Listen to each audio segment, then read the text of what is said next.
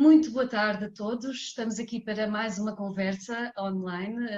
Estamos a comemorar as Jornadas Europeias do Património. Este ano, recordando o tema é Património e Educação, um tema que de facto nos é muito caro para o Museu, para o município da Batalha, e por isso quisemos introduzir no nosso programa algumas conversas.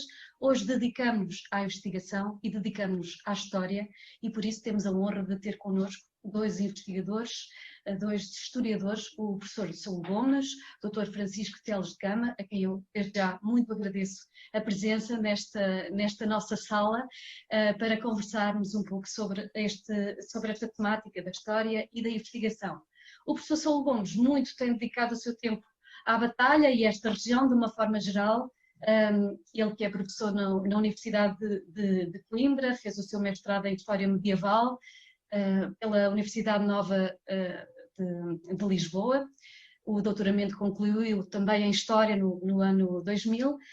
São várias as obras que tem publicado, muitas delas sobre a Batalha, o caso da tese de mestrado, que depois tem aqui o seu registro nesta obra, do Mosteiro da Batalha no século XV, também o livro do Compromisso, mais um exemplo dos trabalhos que tem vindo a desenvolver ao longo deste tempo, e um livro que a mim é particularmente caro, Vésperas Batalhinas. O professor Saúl foi também meu professor e esta foi uma das obras que nós abordámos quando foi meu professor de cultura portuguesa. O professor Saúl Gomes colabora também com o museu, colaborou no projeto enquanto coordenador científico na área especificamente da história e da arte, e coordena também o nosso boletim, o boletim do MCCB, coordena cientificamente e participa também com artigos sempre que temos esta publicação divulgada, uma forma também do museu contribuir para a promoção da investigação.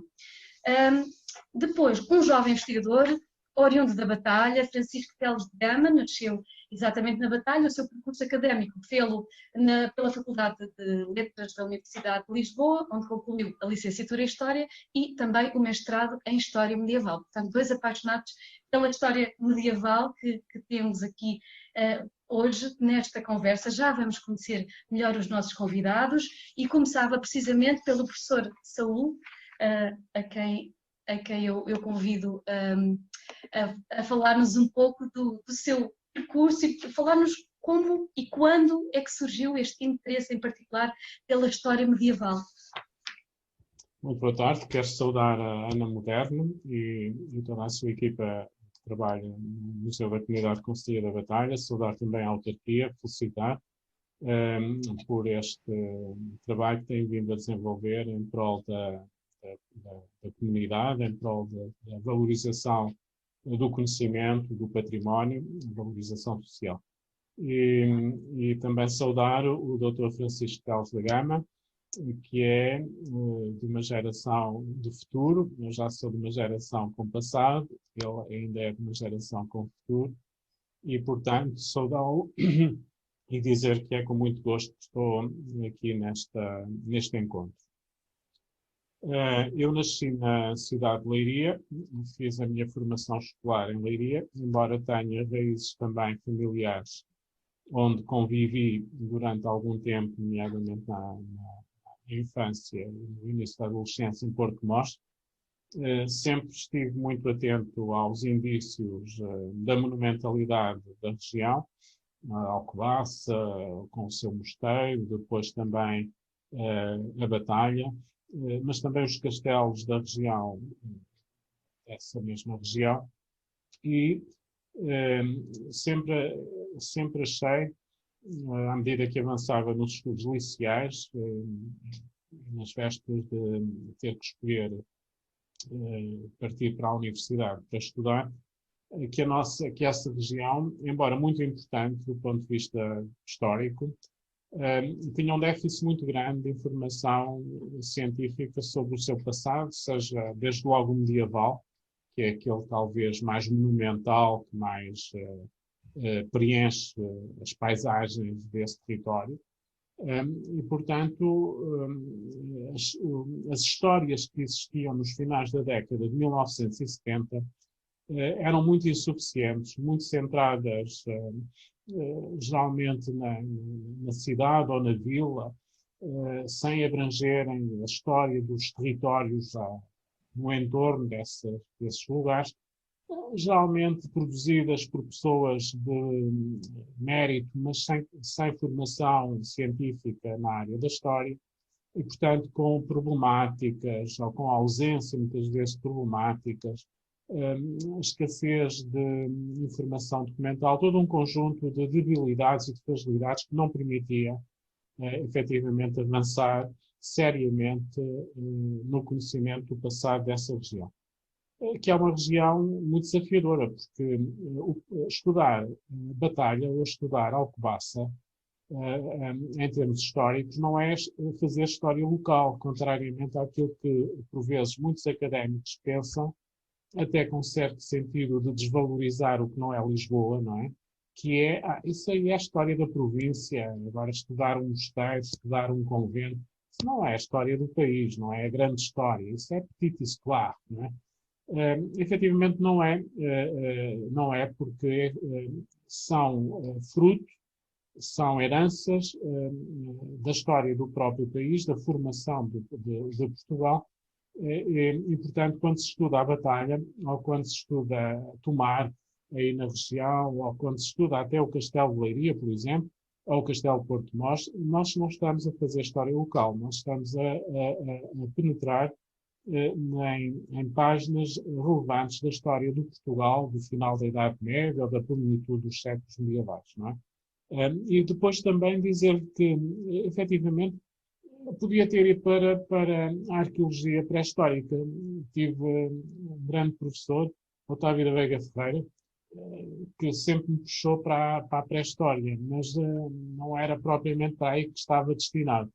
E encontrei um conjunto de professores na Faculdade de Ciências Sociais e Humanas, de grande mérito, com uma estatura absolutamente singular, do ponto de vista intelectual, do ponto de vista da produção historiográfica, desde logo o professor António Henrique Rodrigo de Oliveira Marques, mas também o professor José Matoso, depois ainda, por exemplo, o professor Luís Cruz, infelizmente já desaparecido, ou a professora Iria Gonçalves, a professora Maria José Ferro Tavares, que me ajudou muito a tomar o gosto, por exemplo, o estudo das minorias sociais, com particular destaque para os judeus, para a presença judaica no Portugal antigo, não é?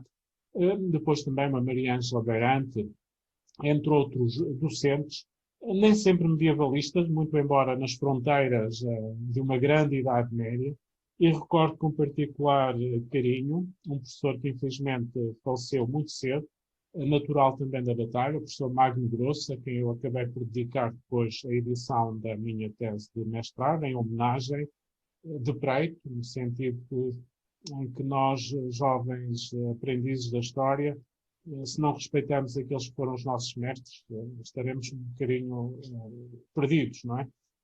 E, portanto, quis homenageá-lo, embora só tenha sido aluno do professor Magno Grosso, que era natural da Batalha, que tem família ainda aí na Batalha, apenas no primeiro trimestre. Faleceu, creio que no Natal, mas não nessa altura.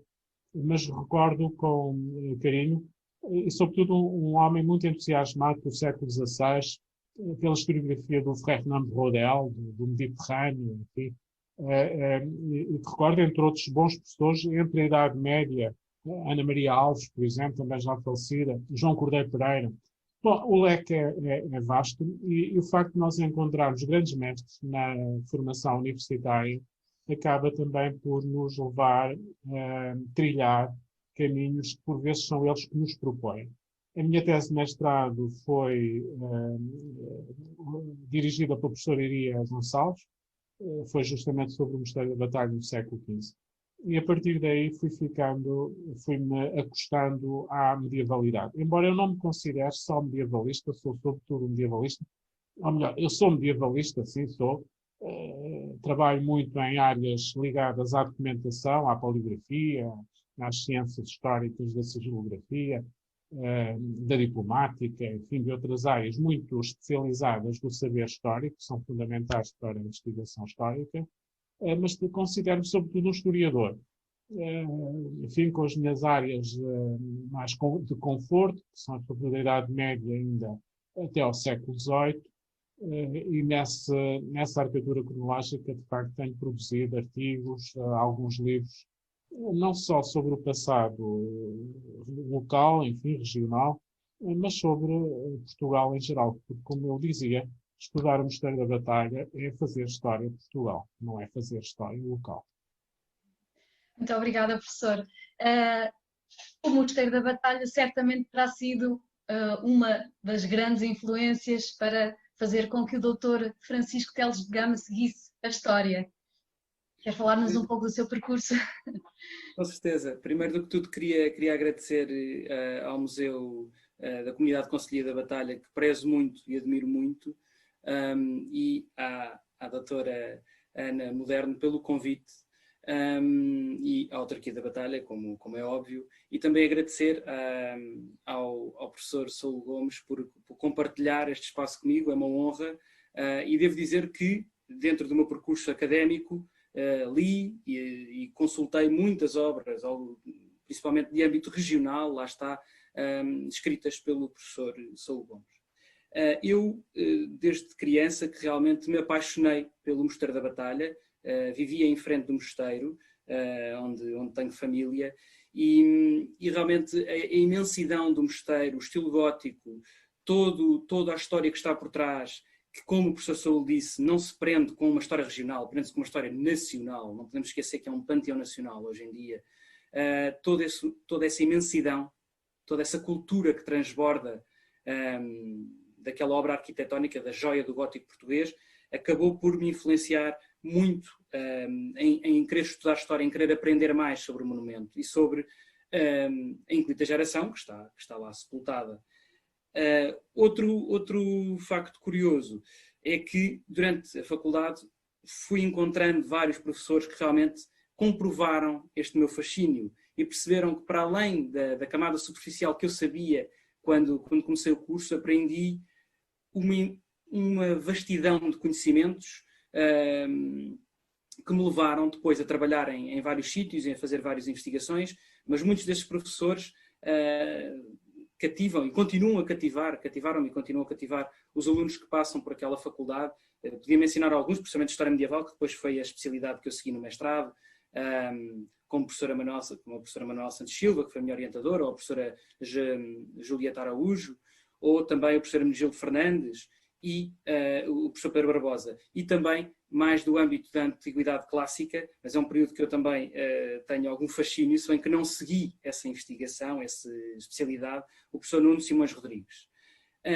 E todos estes professores continuam a cativar os alunos e a querer que muitos deles querem voltar à faculdade, muitos destes alunos, para voltar a reencontrar estes professores e continuar a beber da sua sabedoria.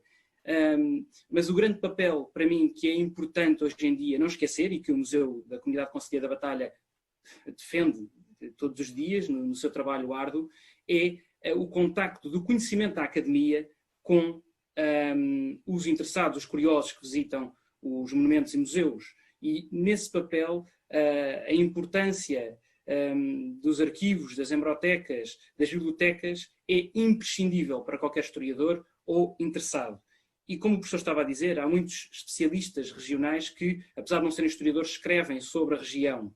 Nós, hoje em dia, encontramos uma imensidão de livros sobre história, não só escritos por historiadores, mas escritores que fazem romances históricos, por exemplo, mas até livros científicos, ou digamos científicos, ou seja, mais sobre o estudo da história.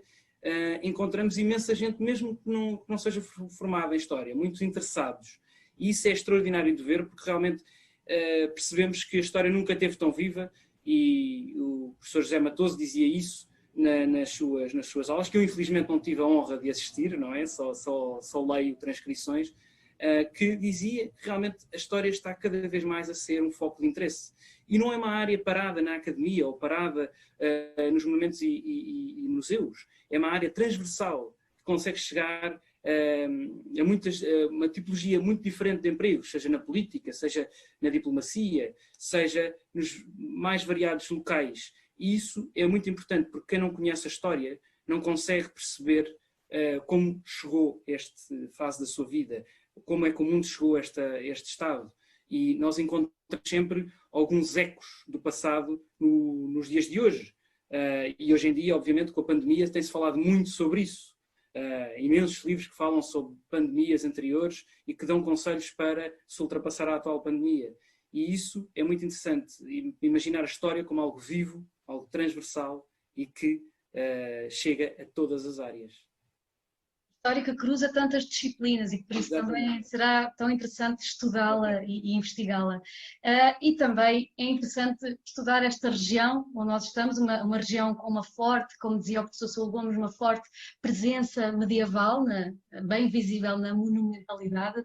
O professor que colabora com diversos centros de investigação tem-se dedicado a uma produção de estudos monográficos respeitantes a vários lugares de interesse nesta região. Gostaria que nos falasse um pouco deste projeto e em que moldes é que ele tem vindo a desenvolver-se. Estas monografias que têm vindo a ser publicadas, particularmente no contexto da editora também de Leiria, chamada Jorris. É isso que a Ana está a pensar, não é?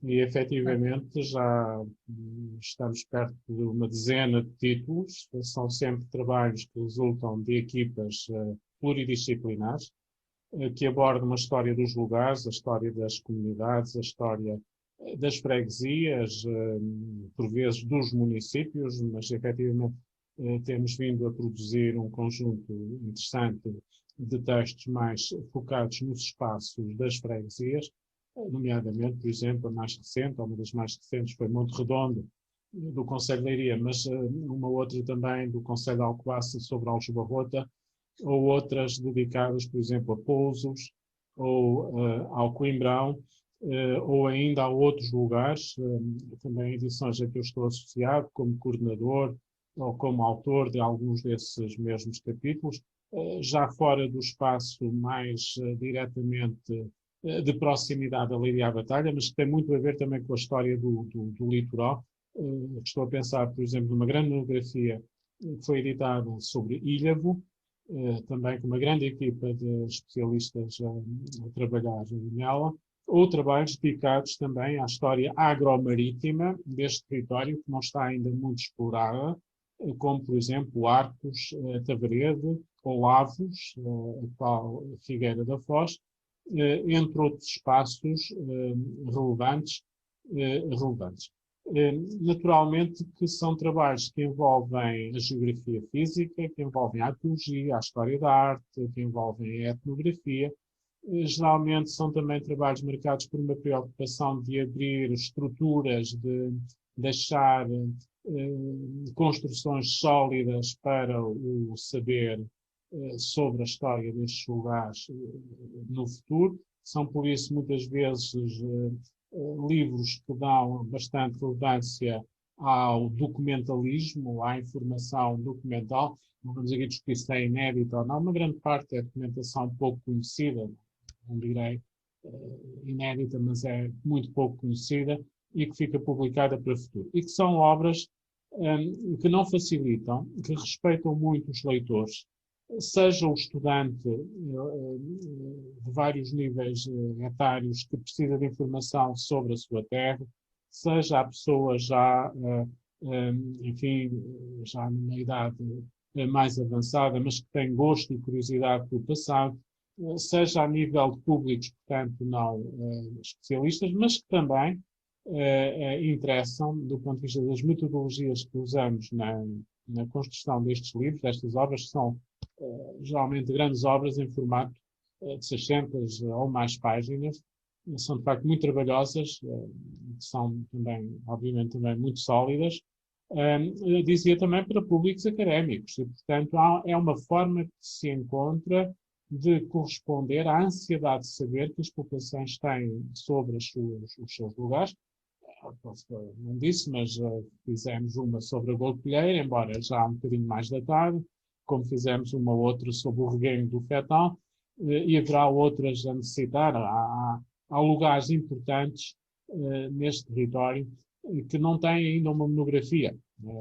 cientificamente pensada, estruturada, desenhada para as problemáticas históricas contemporâneas, com as nossas metodologias próprias do fazer história científico, não é? E, portanto, de facto, é um grande projeto, não vai germinando à medida que as sementes vão caindo na boa terra. Nem sempre é possível avançar. A situação em que nos encontramos fez abrandar alguns projetos que estavam previstos. Vamos ver se depois desta pandemia conseguimos motivar os nossos autarcas, as nossas instituições, para dar continuidade ao projeto.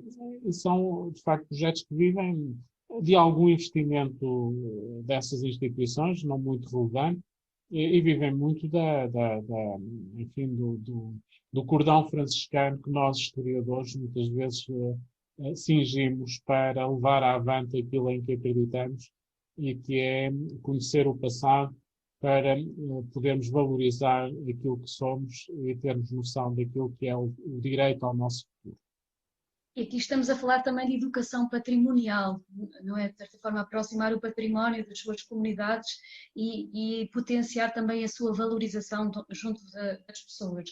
O professor também tem-se dedicado à investigação da história religiosa, particularmente a monástica, mas também à história judaica em Portugal, particularmente nesta região. Queres falar-nos um pouco dessa área de estudo que é particularmente cara?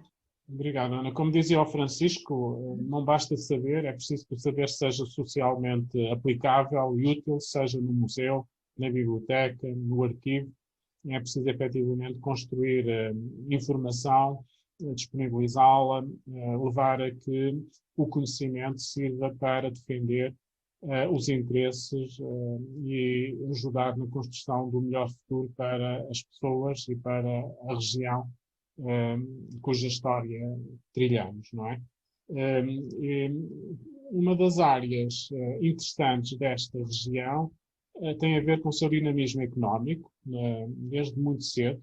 É uma região viária, é uma região de transportes marítimos no passado, hoje infelizmente já não, nem marítimos, nem aéreos, não é? Mas talvez ainda ferroviários, enfim, vamos lá ver.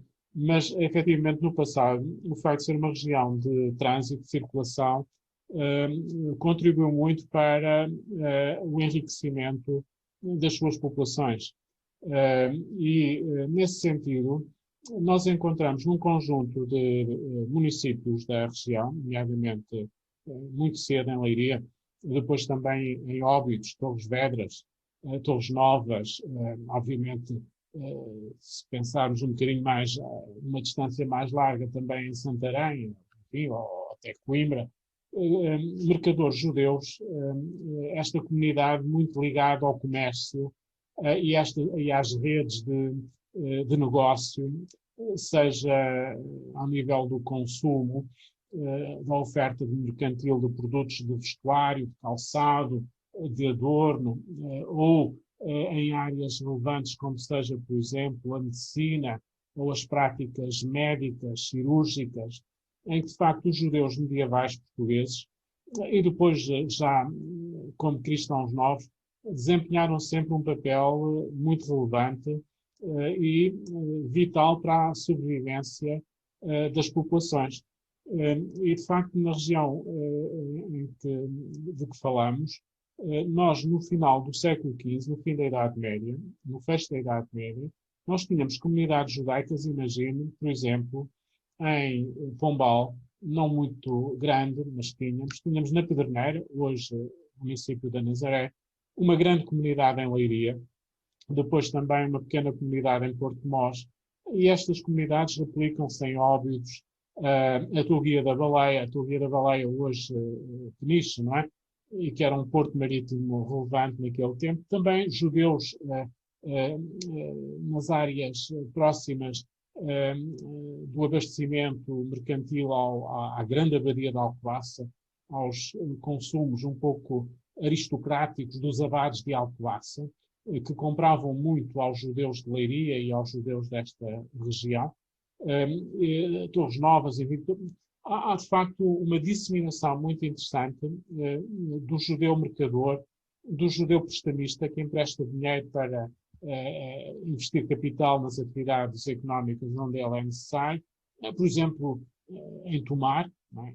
Em Tomar, que ainda hoje tem a joia da sinagoga, museu de Tomar, mas também dizer que alguns outros municípios, felizmente, têm vindo a aproveitar esse passado, essa memória, no sentido de tornar pontos visitáveis, pontos de aprendizagem, de convívio, de diálogo, de tolerância, criando centros interpretativos sobre o passado judaico, uns que já os têm, como é o caso de Leiria, ou Torres Vedras, ou Alenquer, ou outros que querem ter, como é o caso de Orem, ou ainda Óbidos, ou outras áreas onde efetivamente houve esse passado, ou existem esses vestígios. Não é?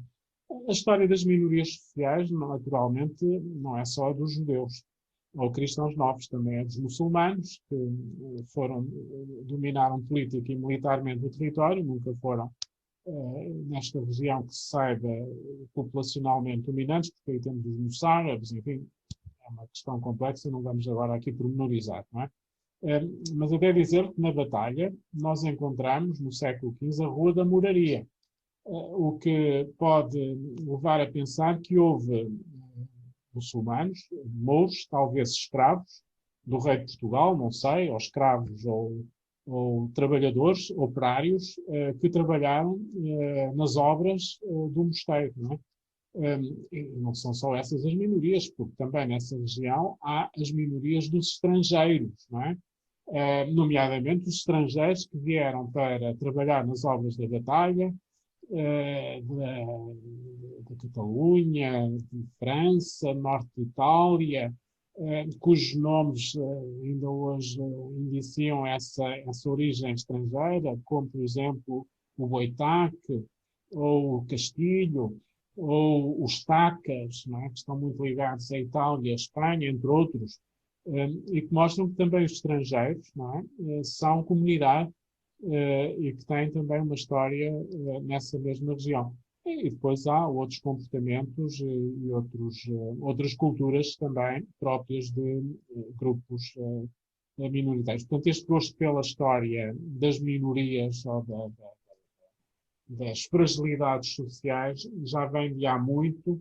É também um bocadinho resultado da aprendizagem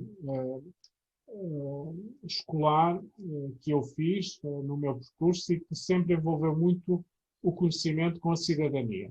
Eu pertenço a uma geração pós-25 de Abril, uma geração pós-Holocausto, atenção, enfim, bastante pós-Holocausto, mas também não demasiado afastada. E portanto, eu cresci num percurso escolar em que os problemas, particularmente depois na década de 70, com a Revolução de Abril de 1974, em que os problemas sociais, os problemas da desigualdade, da democracia, da liberdade, enfim, são muito relevantes do ponto de vista da construção dos programas de ensino e, portanto, a história que se aprendia também era uma história de responsabilidades sociais, uma história cidadã, uma história de cidadania e, portanto, é natural que eu e alguns outros colegas da minha geração nos tenhamos interessado por temas da pobreza ou temas sobre os marginais ou temas que são associados a estes menores que necessitam naturalmente da compreensão das sociedades maioritárias dominantes. Portanto, isto vem também de uma história que eu penso que ainda hoje resiste, se ensina, que é na linha daquilo que um grande historiador nos legou, Mark Bloch, que é uma das bíblias que nós estudamos na minha geração e nas gerações pós, continua a venerar-se legitimamente o trabalho, o legado de Mark Bloch, a história cidadã, a história cidadania. E é isso. E muito bem, e esse é também um pouco o papel que os museus também têm, não é? Portanto, contribuir para, exatamente para essa história cidadã, e os museus que acompanharam também essas grandes mudanças e que se tiveram de reformular até a criação da própria nova museologia, nos anos 60, 70, particularmente também, vem um pouco ao encontro destas necessidades e destas afirmações. O Dr. Francisco também se interessa exatamente por museologia, também é uma área pela qual é fascinado. Tanto é que colabora, por exemplo, com o seu trabalho no arquivo e como guia no Museu Bordal Pinheiro em Lisboa. Quer falar-nos um pouco desse trabalho? É um trabalho que fiz até recentemente, por causa da pandemia também. Colaborei, como também outras pessoas colaboram, claro, e principalmente estive a tratar de um arquivo muito direcionado para uma figura muito importante no Museu Bordal Pinheiro, que é a Julieta Ferrão. A Julieta Ferrão foi a primeira diretora de museu em Portugal. Era uma mulher extraordinária que em 1924 assumiu esse papel e, portanto, acho que é uma figura que viveu parte do século XX a lutar pelos direitos das mulheres. Parte até dos fundos do museu eram direcionados para associações de luta pelo direito da igualdade, portanto, de feminista, e de mães carenciadas, de mães solteiras, digamos assim. Portanto, o papel dela é muito importante e esse foi o trabalho no arquivo que tive mais envolvido. O trabalho como guia é algo que ainda desenvolvo e gosto muito porque realmente liga essas descobertas que são feitas no arquivo depois a visitas guiadas, e isso é algo muito gratificante porque as pessoas estão sempre curiosas a querer saber mais, a querer aprender mais com a nossa história recente. Estamos a falar século XIX, XX. E apesar da minha época de especialidade ser História Medieval, como falamos aqui anteriormente, eu, parecesse que o professor Saúl Gomes, realmente o meu campo é a História, não é? Investigo outras épocas históricas que me são possíveis e que tenho todo o gosto de procurar. E na história recente, na história contemporânea, há um facto curioso, que é as pessoas relacionam-se mais com ela por uma questão muito simples, é que têm familiares que a viveram, até elas próprias viveram, se falarmos da geração que viveu o 25 de Abril, por exemplo, ou que viveu durante a ditadura, e temos realmente um estudo que, para além de ser história, também pode se ligar a outras áreas, como a sociologia, como a antropologia, em que conseguimos ouvir testemunhos orais de variadas pessoas que visitam os museus em que já trabalhei. E esse testemunho é muito interessante e acaba por dar uma ferramenta diferente a quem trabalha nos museus. E é um estudo complementar.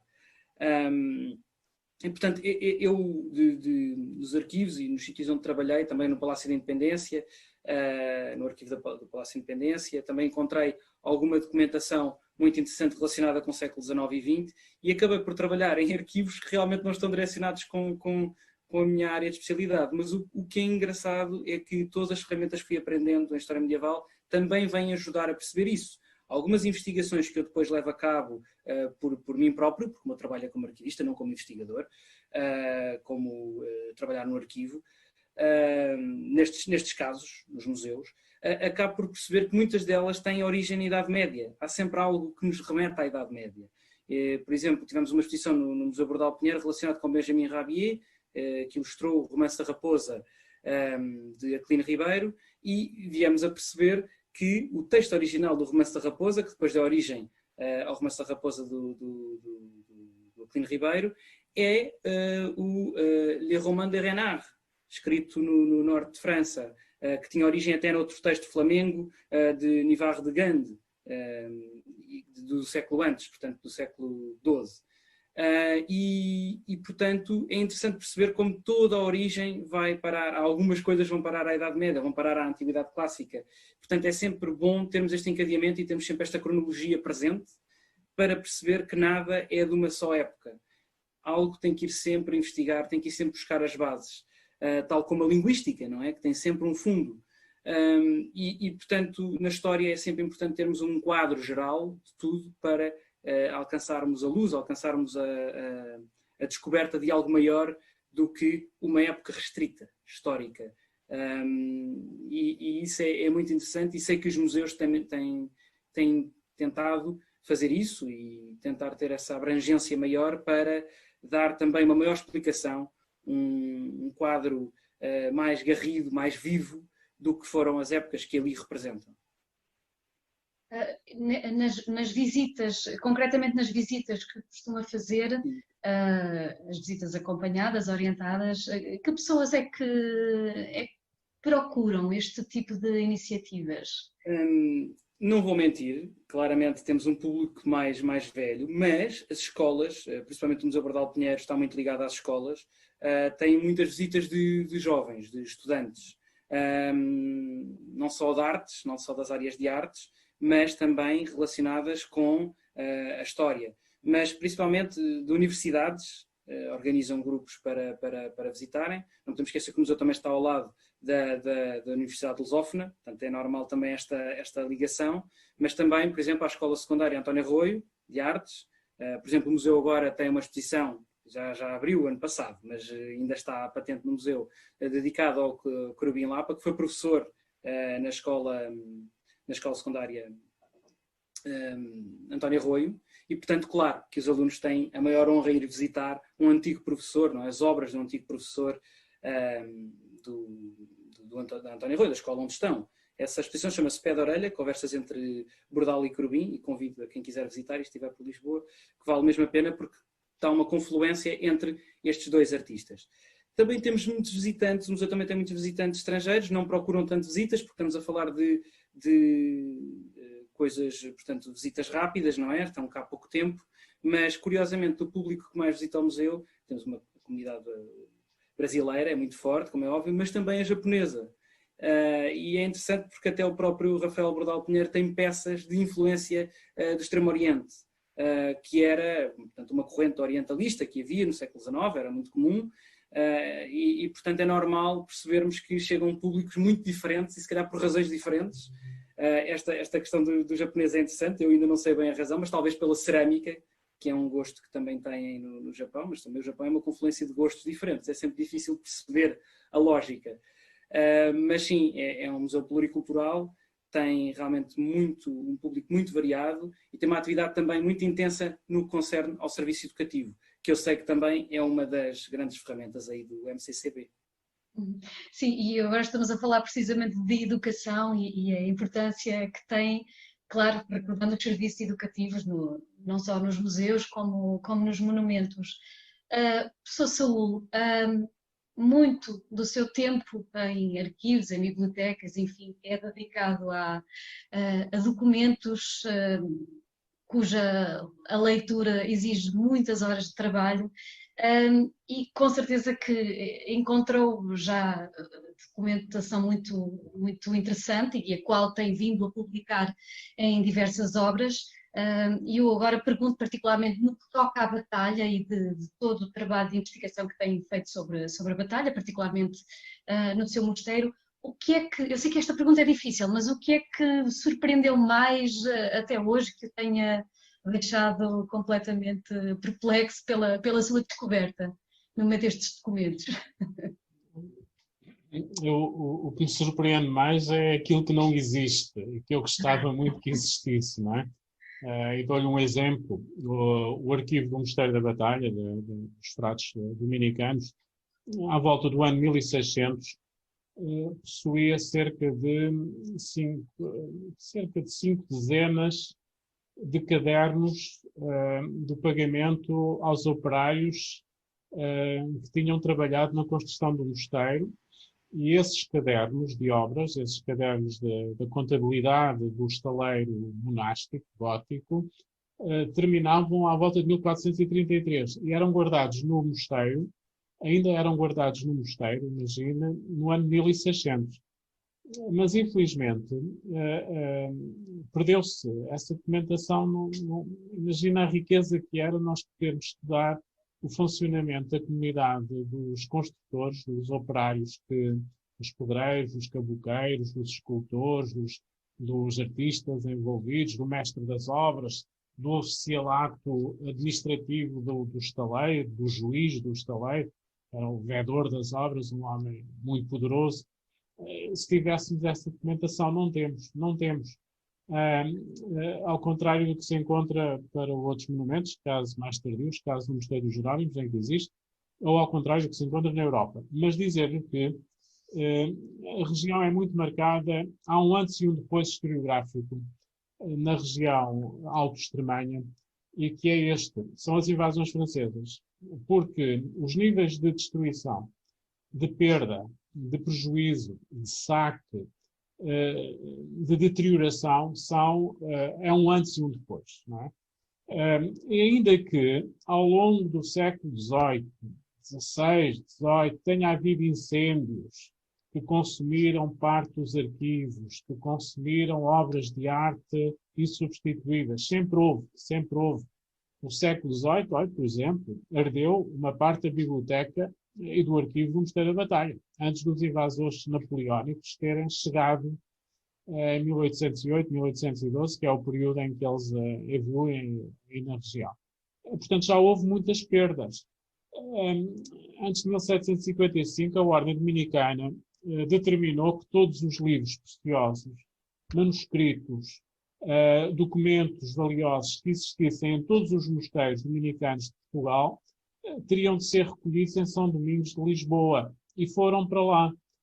E o resultado é este. Quando chegamos ao terremoto do dia 1 de novembro de 1755, essas riquezas bibliográficas, documentais que os dominicanos tinham acumulado em Lisboa, perdeu-se tudo. Daqui que muitas vezes é boa política para arquivos e museus não concentrar tudo no mesmo lugar, no mesmo sítio. É bom que haja distribuição, não é? Disseminação. Ainda assim, esse quase deserto antes de 1810, que é a época que mais nos interessa estudar, porque é aquela que mais a monumentalidade evoca, não é? Apesar disso, existem fragmentos, existem pedaços, pequenas informações aqui e acolá, que vão como o livro quarto dos prazos do Mosteiro da Batalha, que é um compêndio cozido de pergaminhos do século XV, dos contratos de arrendamento que os frades faziam das suas propriedades, porque o Mosteiro da Batalha tinha tantos gastos que os frades foram autorizados pelo Papa, contrariamente ao espírito da Ordem Dominicana, que era uma ordem mendicante, quer dizer, vivia das esmolas, não tinha propriedade. Ao contrário, a Batalha, dado os níveis de gastos e de investimentos que as funções de mosteiro real lhe impunham, os frades foram autorizados pelo Papa a terem muitas propriedades. E, de facto, o Mosteiro da Batalha, embora mendicante, tinha imensas propriedades, imensas quintas, terras, pinhais, enfim, por todo o lado. E nós temos a documentação para o século XV, XVI, sobretudo, essa documentação económica que sobrou. Digo uma coisa, nós temos um inventário de 1834 do mosteiro. E quando chegamos ao arquivo, o inventário arrola cerca de 40 tombos de documentos, de livros, não é? Diversos, características de contabilidade, de marcação de terras, tudo, sentenças, etc. Depois na Torre do Tombo só há 4. No arquivos de tabuleiria há 3 ou 4, mas todos já de 1820, não são sequer dos antigos, não é? Para onde é que foi essa documentação? Porque os franceses também, às vezes, têm as costas largas, nós dizemos que eles é que destruíram tudo. Mas olha, houve uma inglesa que visitou o Mosteiro da Batalha por volta de 1822, Julia Pardo, eu já divulguei, já escrevi isso, e ela diz que o sacristão do mosteiro, que era um frade converso, lhe mostrou uns livros muito antigos, muito iluminados, estamos seguramente a falar de missais ou de antifonários, manuscritos, e o sacristão dizia que tinham escondido aquilo aos franceses por cima do baldaquino do altar-mor, do retábulo do altar-mor que existia no mosteiro, que os franceses nunca tinham lá ido procurar coisa nenhuma. E diz a Julia Pardo que eram livros antigos, belíssimos, com iluminuras muito belas. E, portanto, dizer que, efetivamente, os franceses muitas vezes pagam a fatura do desaparecimento, dos incêndios, do roubo, das atrocidades que eles cometeram, das destruições que fizeram, nomeadamente violaram os túmulos, arrombaram o túmulo, a arca tumular de Dom João I. E dá lá marcas dessa ação funesta. Fizeram uma coisa que extremamente, enfim, deplorável. Retiraram o cadáver de Dom João II, que estava intacto, do seu túmulo, e desfizeram-no. Há uma nota do Frei Francisco de São Luís sobre isso, mas parece quase que andaram a jogar aos pedaços. Enfim, isto é macabro, não é? Mas efetivamente, aquilo que era um corpo incorrupto, aliás, até com uma história de veneração e de alguma santidade, por estranho que pareça, porque estamos a falar do príncipe perfeito, não é? E que à volta de 1500 era chamado o corpo santo, o santo rei. Quando o povo chama santos aos reis e aos infantes santos, etc., alguma religiosidade subjacente envolve.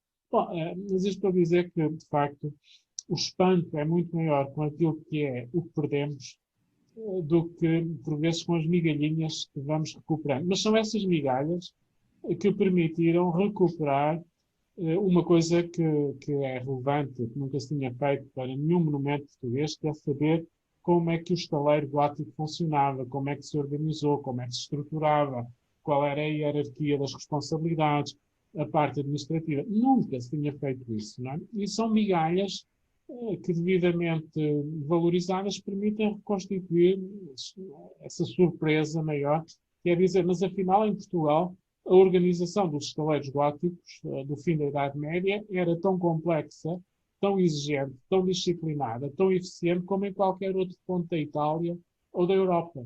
Pois era, porque de facto a capacidade de organização, de comando, de realização, de decisão, que é muito característica da ínclita geração, é muito característica da Portugalidade, da intelectualidade política dessa época, da elite política dessa época, mostra-se justamente nestas grandes edificações, construções históricas, que eles queriam deixar para a eternidade. Não é? E, de facto, 600 anos depois, ou 800 anos, no caso da Alcobaça, nós temos que nos vergar e dizer eles tinham razão, eles construíram para a eternidade, porque a prova do tempo está ganha, está ultrapassada. Não é? Mas dizer-lhe, Ana, que apesar desta escassez documental, a persistência, há sempre, como eu dizia, restos, há sempre vestígios. E muitas vezes na documentação do século XVIII e XIX nós encontramos cópias ou sumários de coisas medievais que são informações preciosíssimas, preciosíssimas. E, portanto, isto é sempre um livro em aberto. Olha, isto é a investigação histórica sobre o Mosteiro da Batalha, mais particularmente, é como as capelas imperfeitas. Nunca vão ter telhado, nunca vão ter abóbada. Está sempre em aberto, não é?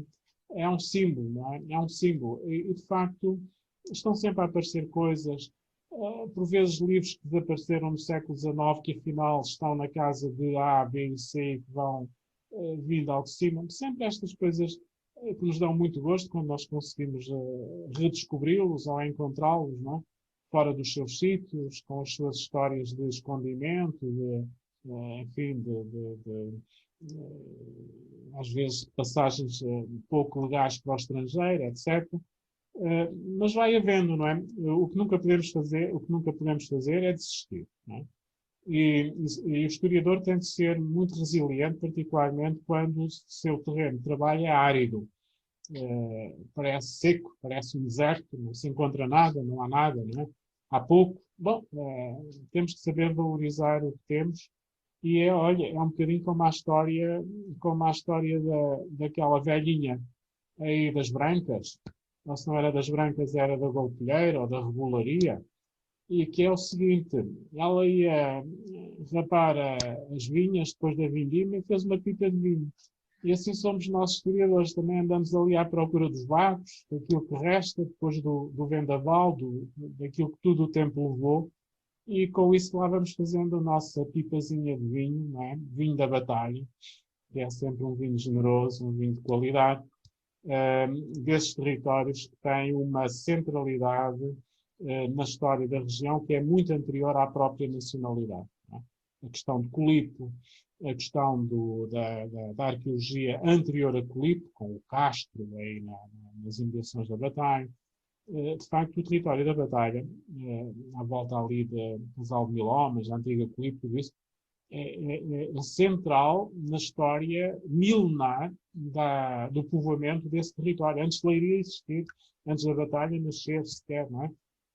Mas esse território é de uma importância maior para a história da região, pré-história, depois para a parte mais já do tempo dos romanos, depois da romanização da região, naturalmente, mas também do país, porque os achados patrimoniais arqueológicos que a região tem vindo a oferecer, até antes do homem ser homem, não é? Para o tempo do Jurássico, para o tempo dos dinossauros, essa região é uma região privilegiadíssima do ponto de vista do registro da história do universo, da história do planeta e da história da evolução humana também em geral, não é só a Idade Média. E o seu museu mostra isso muito bem, mostra essas vertentes plurais daquilo que é o território que foi sendo apropriado, moldado, renovado, rejuvenescido e que tem contribuído muito para o renascimento, de alguma forma, das artes, da literatura portuguesa, porque a Batalha, seja no romantismo com o Alexandre Herculano, seja depois nos albores do século XX, com o grande poeta Afonso Lopes Vieira, filho adotivo da Batalha, aliás, por decisão dos autarcas da Batalha desse tempo, não é? Encontram no tópico medieval da ínclita geração, do Dom Dinis Trovador, das flores do verde pinho, não é?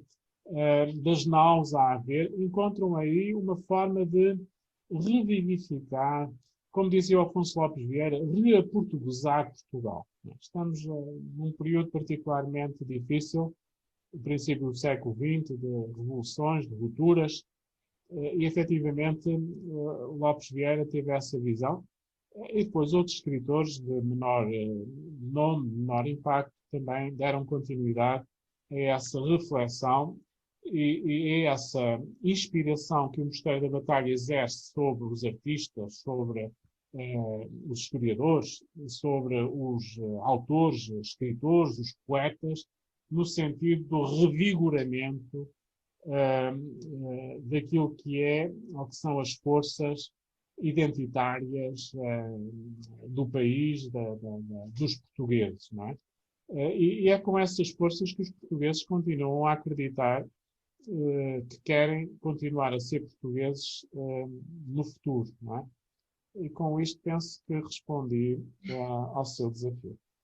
Sim, sem dúvida, é uma excelente resposta e acabamos por percorrer grandes marcos importantíssimos da nossa história e que temos a felicidade de ter no museu, ter na Batalha e reforça-se o convite a visitar-nos e exatamente a viver esses importantes marcos. E ainda bem que temos jovens investigadores a dar continuidade a este trabalho. E por isso temos aqui o Dr. Francisco Teles de Gama, que está a coordenar precisamente um colóquio de jovens investigadores, este inserido na rede Cultura 2027, que vai ter lugar em vários locais, nomeadamente a Batalha. Quer-nos falar um pouco do que vai ser este encontro, doutor? Com certeza, muito obrigado. É um colóquio que foi organizado pelo Grupo dos Marcadores Históricos, que é aqui coordenado, por acaso, pelo professor Saulo Gomes, nem por acaso, e pensámos realmente na ideia de fazermos um colóquio para os mais jovens, porque infelizmente os jovens investigadores não têm um papel tão ativo como poderiam ter na comunidade científica, na divulgação, quer dizer, participam em alguns call for papers e falam em algumas comunicações, mas infelizmente nunca são convidados, quer dizer, é raro serem convidados, é mais difícil.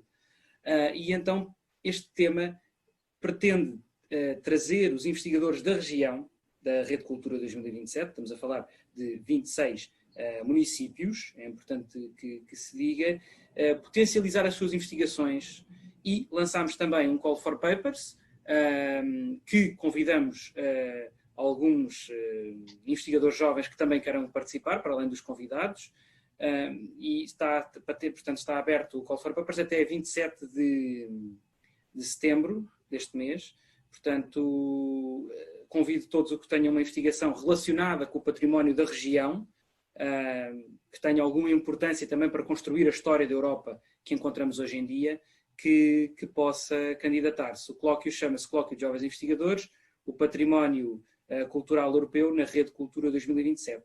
A primeira sessão será no Museu de Leiria, 6 de outubro, a segunda no Instituto Politécnico Tomar, 8 de outubro, e então a data final, a cerimónia de encerramento, será no Mosteiro da Batalha, a 10 de outubro. Curiosamente, também parte da comissão organizadora faz parte o Dr. Joaquim Ruivo, diretor do Mosteiro da Batalha, portanto foi para nós foi um gosto trabalhar com ele e com o resto da equipa, para levarmos este projeto aberto a toda a gente. Portanto, aceitamos que está aberto a toda a gente. Vamos ver com as medidas de segurança que a pandemia nos concede, não é? Mas também será transmitido online. Portanto, obviamente que qualquer pessoa pode assistir às 3 datas, e gostaria muito também de ter alguma resposta do público, perceber se de alguma maneira trouxe luz sobre também este património que merece ser investigado, merece ser abordado. Estamos a falar de temas muito vastos, como, por exemplo, património natural, sejam as praias da linha de costa do território, sejam também monumentos de extrema importância, como o Castelo de Leiria, ou até a própria fábrica de faianças das Caldas da Rainha. Portanto, é uma multiplicidade patrimonial e cultural que nos chega até hoje e que é importante preservar e relembrar. E acho que estas novas gerações também representam bem a defesa dessa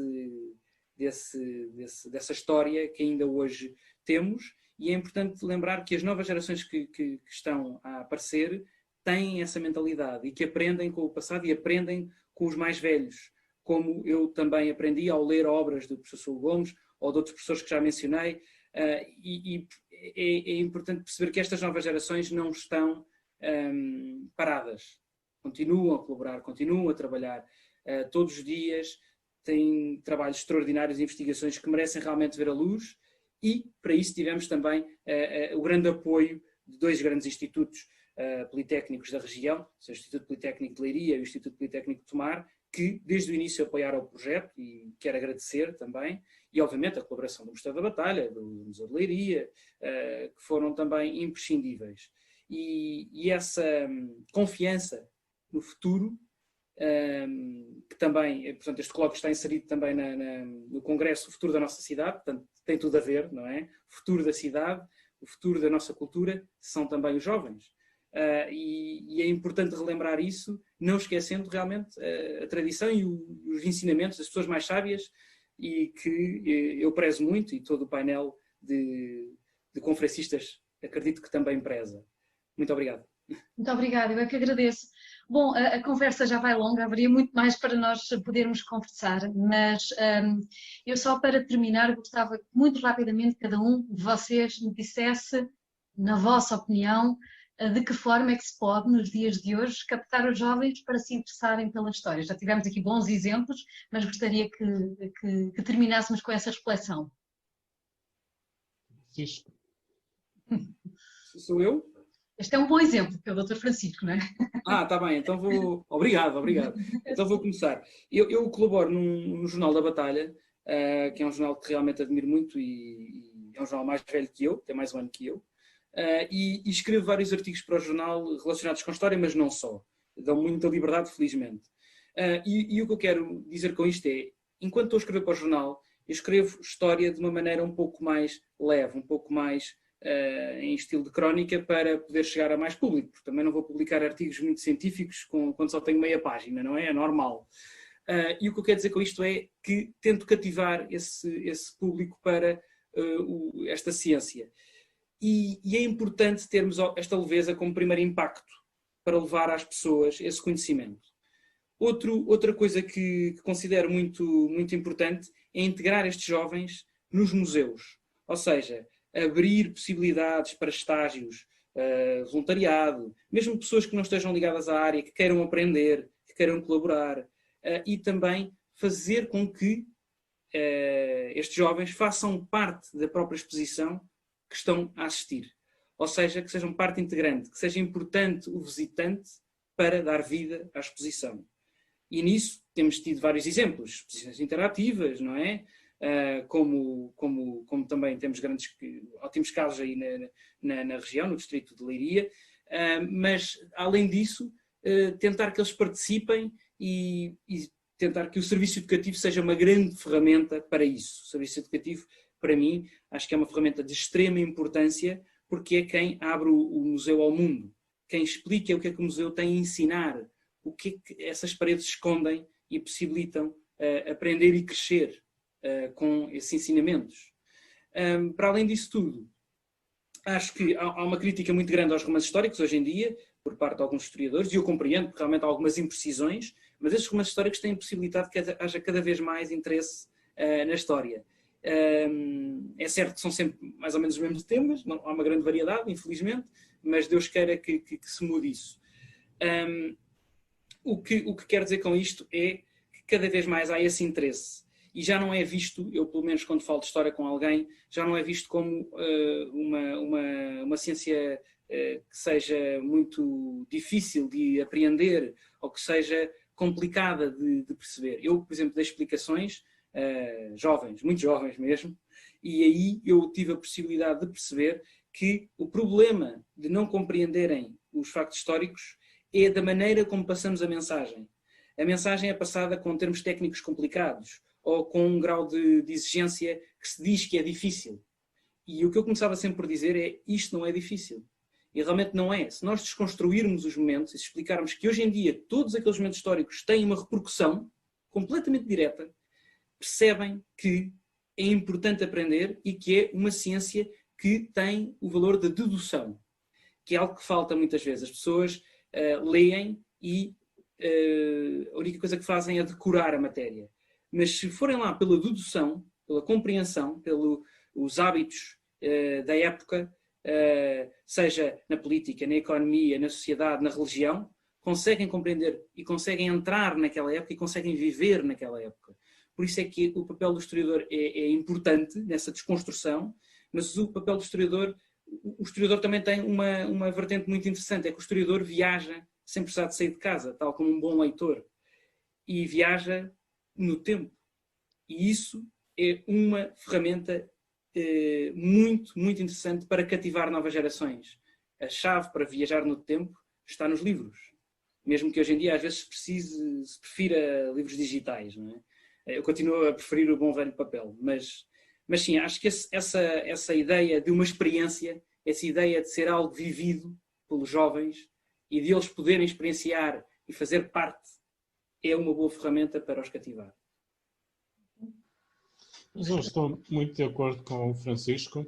Basicamente, diria que é por dois caminhos que se atrai ou que se pode conquistar para a história os mais novos. O primeiro é o da experienciação. Abrir os monumentos aos públicos jovens, ter efetivamente sensibilidade do ponto de vista de abrir o mais possível que sejam espaços de experimentação, de experienciação, de teatralização, de vivências, de fuga ao mundo também, para esses jovens que nascem e que desde que aprendem a falar e que aprendem a lógica do discurso e do pensamento, aprendem que há fadas boas e bruxas más e que há um mundo de facto de sonho, de onde vêm também já princípios angulares desta cenografia que é a história na sua monumentalidade. O segundo caminho é a educação. E, portanto, não há construção de pessoas e de cidadania sem a compreensão das grandes questões do mundo contemporâneo, que passam pela história, passam naturalmente pela filosofia, pela pedagogia, não são também alheias às ciências como a matemática ou as ciências ditas exatas, obviamente que não, mas a educação está aí para, de facto, educar, para levar as pessoas ao conhecimento de si próprias e ao conhecimento do mundo e à sua realização neste mundo. Lembro Agostinho da Silva, como lembraria eventualmente também Sócrates, o filósofo, ou outros grandes pensadores, porque a vida sem arte, a vida sem esta capacidade crítica de destrinça, não é? De entendimento do porquê das realidades e das coisas, como dizia o Francisco, porque é que as coisas hoje são como são e de onde é que vem esta razão de serem assim, não é? Tem na história uma das suas áreas, disciplinas, ciências que permite compreender esse porquê das coisas, não é? E as crianças geralmente fazem muitas perguntas, não é? Porquê, por tudo e por nada, não é?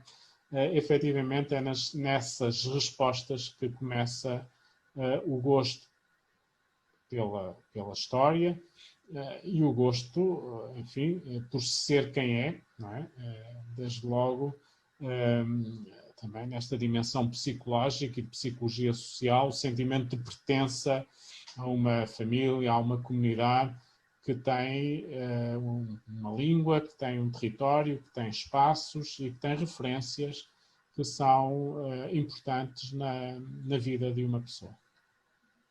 Muito obrigada, uma excelente reflexão para concluirmos esta conversa. Falámos hoje de história, falámos de investigação, inserida esta conversa nas Jornadas Europeias do Património, uma conversa em que contámos com o professor Saúl Gomes, em que contámos também com o Dr. Francisco Teles de Gama.